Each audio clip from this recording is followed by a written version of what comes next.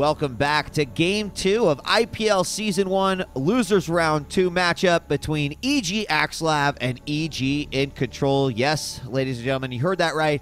These two are teammates, and it is iNcontroL who is on the chopping block here in game number 2 as EGAxslav takes the first game on Xelnaga Caverns. Let's introduce our players and show their positions. We have our blue Protoss player, EGiNcontroL, spawning in the south position of Shattered Temple.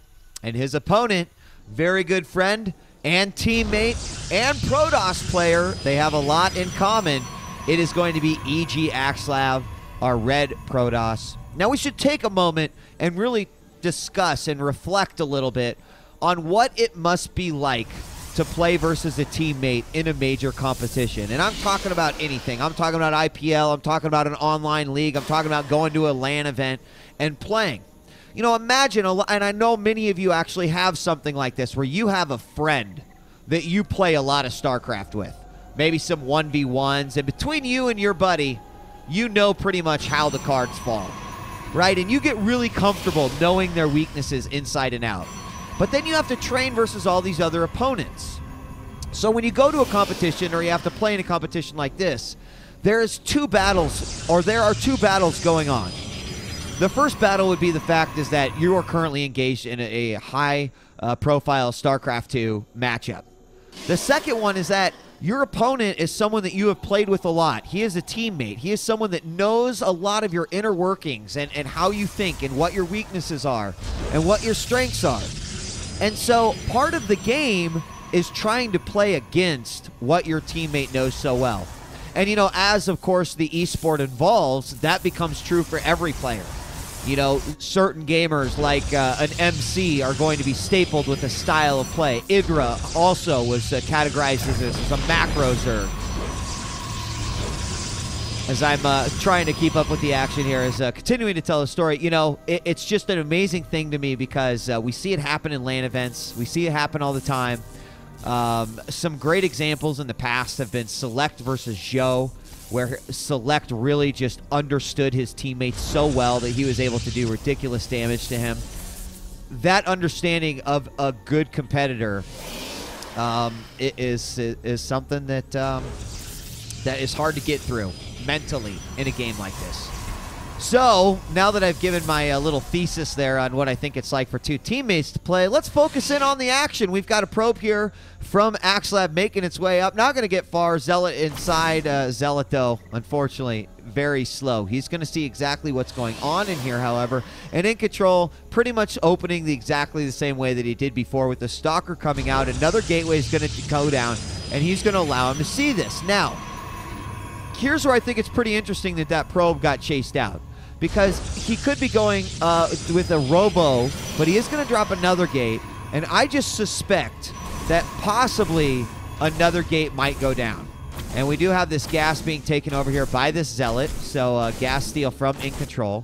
And are we going to see right now 3 gates? Another pylon's going to go up. I feel like there was a delayed gateway because the probe was there. I don't know. Could be reading into it. I can't read these guys' minds. Only they know what they're doing. But 3 gates up on both sides. Finally, that gas does go down. Gas being taken by xslav. And what will he decide to do here? Last time he eventually went robo and then expanded behind that.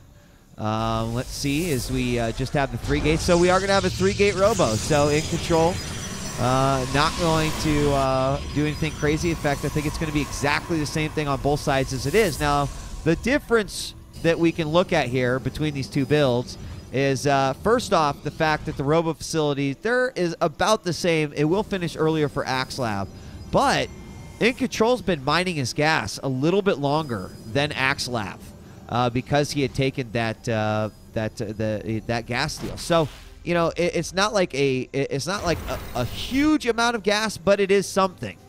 So we'll have to see what the first unit to come out of both these robotics facilities will be. Typically, you'll see an observer first, but we do see both these players at least getting into a position to either expand here or possibly move forward and try to go for some early aggression. We are going to have an observer being chrono boosted by EGiNcontroL. out of his robotics facility. Taking a quick look at the income and how these guys are doing on their probe count. 25 probes for IGNcontroL.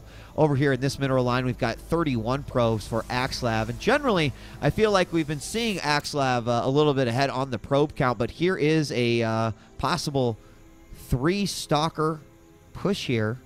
The observer is going to see it. Let's check out the vision. He sees a couple of stalkers moving forward. He's going to immediately move back. Gets a couple of zealots out here. And note that we do have this proxy pylon and this probe right here that could make another proxy pylon here. Gateway. It's a big gateway. Nexus is down, and it looks like he is going to have vision of this with that observer, but he's not going to be able to snipe that observer. Going to probably be able to take this pylon out. And fortunately for IGNcontroL, he is a little bit ahead on his supply, but he's going to want to make sure. In fact, I think one just finished just as that one went down. So I'm curious to see if anything's going to happen here with this probe. He could bait him a lot here, like, oh, feign. He's feigning that, oh, you're keeping me in my base. Will we see another pylon go up? Now, it is a risky pylon because it can get taken down, and we do have some units out here. So it's going to have to be a very smart attack. So IGNcontroL does look like he's going to move out. We've got, oh, a Colossus on the way already. Oh, hello over here, Robotics Bay. That's what you do. That's what happens when you don't look at the production tab as often as you probably should. As the Robotics Bay is down, the Colossus is going to come out. A second Colossus is going to come out. And this will be an interesting surprise here for Xslav. Of course, Xslav choosing to basically expand. So this is going to certainly be an all or nothing here for IGNcontroL. If these Colossus go down, as the first one does make its way out the field, and the rest of his supporting units go down, oh my gosh, here they come right now. There are a couple of Immortals in that mix as well, but there it is. It's going to immediately go after some of those frontal units. That means the Zealots of IGNcontroL are going to be able to do a little bit more damage. He's doing a great job without the extended thermal lance, taking out these units of Xslav, and even though he doesn't have a monstrous ground force, he took out those Zealots, and now going after those Immortals. All the shields of that Colossus are down. The Immortal gets focus fire down. Both Immortals are down. Units now, another pylon going up, warp in from here. He can now sandwich these units. Do we have another Immortal on its way? Yes, we do. It's coming down right now, but that Colossus is making a huge difference in this battle. We have a second Colossus on its way, but I don't even think it's going to be able to get here in time. Force fields to keep those units in. We do have some probes going out. Those probes will get annihilated there, but very smart. EGiNcontroL moves back. Does he know about that pylon? Yes, he does. And I think IGNcontroL needs to sandwich him right here. IGNcontroL, go sandwich him while you have the chance. I think he's just waiting over here for this next Colossus to move forward, but here he is going to, oh, if I think he would have sandwiched him there, it would have been certainly game over. He'll get his own positioning anyway as another Colossus comes out. Certainly that is going to be GG any moment for Xslav. As the feign by IGNcontroL works, the Colossus trying to do damage. Its focus fire down, but all of the units of Xslav will fall, and there will not be enough. There is one Immortal out on the field. We do have another one on the way, but I do not think that it will be enough. A Stalker coming in. He can micro this Colossus and even take out the Zealots if he needs to, but it won't even matter. Here comes the final round of units for Xslav. There's just no way he's going to be able to fend past this. It's Immortal already losing all of its shields, and this Colossus just completely negates the effects. Oh, Colossus goes down to the probes. Xslav not going to give up. Probes going after the second Colossus, and I can't ever say that I would recommend, oh, Colossus, go ahead and use your probes.